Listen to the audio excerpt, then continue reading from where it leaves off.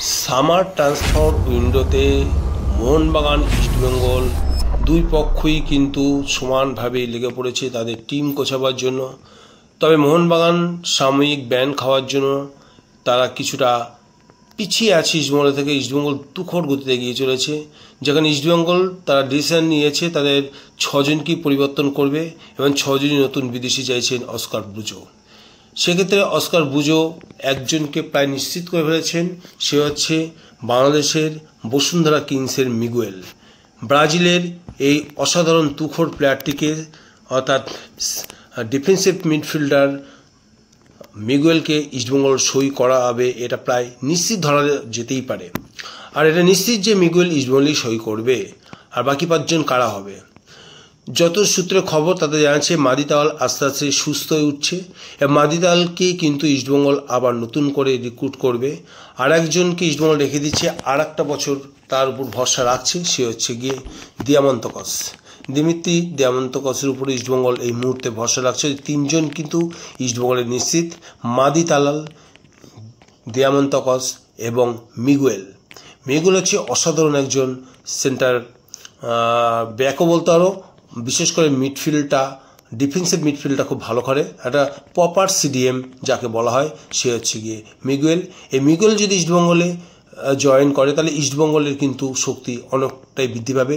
এবং ইস্টবেঙ্গলের বাকি 3 জন কারা হতে পারে সেদিক দিয়ে যদি আমরা আলোচনা করি তাহলে ইস্টবেঙ্গলের থাংবো সিংটোই কিন্তু থেমে নেই এবং তিনি বিভিন্ন দেশে ঘুরে বেড়াচ্ছেন এক উপযুক্ত মানের প্লেয়ারকে ইস্টবেঙ্গলে নথিভুক্ত করার জন্য, এবং সেই চেষ্টায় তিনি চালিয়ে যাচ্ছেন।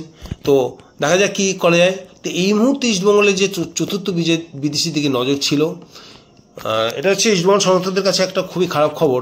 প্রায় হাতের মুঠোয় চলে আসা প্লেয়ারটা কিন্তু হাত থেকে বেরিয়ে গেল, সে হচ্ছে ইভান।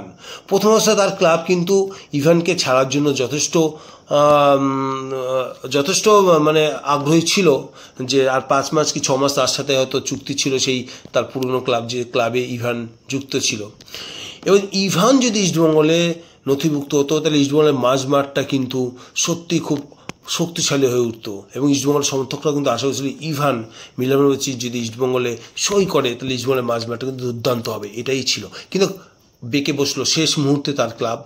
চুক্তি শেষ না হওয়া পর্যন্ত এই প্লেয়ারটিকে কিন্তু তারা ছাড়বে না। যদি বা ছাড়ে, বিরাট অর্থের ট্রান্সফার মানি কিন্তু ইস্টবেঙ্গলকে দিতে হবে।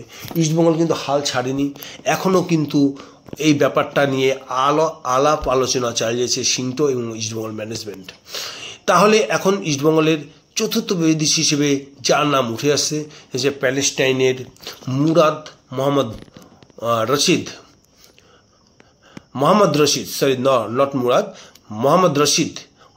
রশিদ প্যালেস্টাইনের এমন একজন প্লেয়ার যার কাছে কোনো যুদ্ধই কিন্তু তাকে কাবু করতে পারবে না। তার বক্তব্যই হচ্ছে যে কোনো যুদ্ধে জেতাই হচ্ছে তার স্বাভাবিক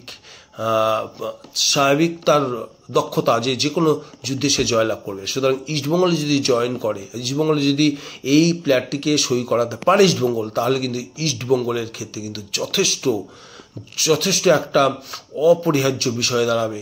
এবং ইস্টবেঙ্গলের চতুর্থ বিদেশি হিসেবে যদি এই মোহাম্মদ রশিদকে সই করানো যায় তাহলে ইস্টবেঙ্গল দলটা কিন্তু আরও শক্তিশালী উঠবে। এবং ইস্টবেঙ্গল কিন্তু মোটামুটি উঠে পড়ে লেগেছে দলটাকে আরও শক্তিশালী করার জন্য।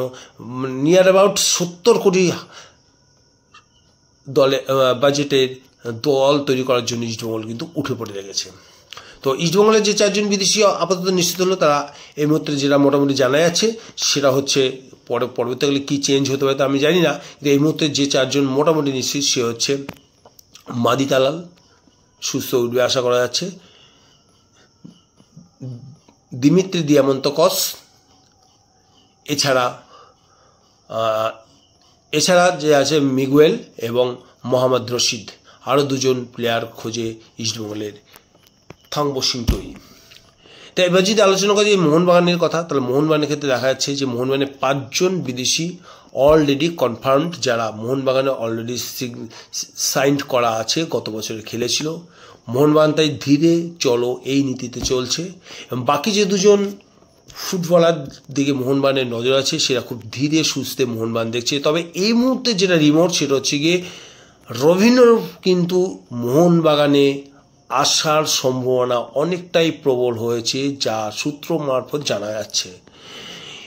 এই রবিনের সাথে মোহনবাগান কিন্তু আজ নয়, বেশ 6-7 মাস আগের থেকেই কিন্তু যোগাযোগ রাখতে শুরু করেছে। এবং রবিনও যদি মোহনবাগানে জয়েন করে তাহলে মোহনবাগান এই রবিনকে কোথায় খেলাবে? রবিন হচ্ছে অসম্ভব স্কিলফুল একজন ফরওয়ার্ড বলতে পারো, রাইট উইঙ্গার বলতে পারো, ইভেন এই প্লেয়ারটি কিন্তু মিডফিল্ডও খেলতে পারে, অর্থাৎ সমস্ত পজিশনে খেলার জন্য কিন্তু এই প্লেয়ারটি অপরিহার্য। তো প্লেয়ারটির সবচেয়ে বেশি মোটিভেশন হচ্ছে গিয়ে রাইট উইঙ্গার বা অ্যাটাকিং মিডফিল্ডার হিসেবে যা বোঝো তোমরা সেটাই বুঝবে।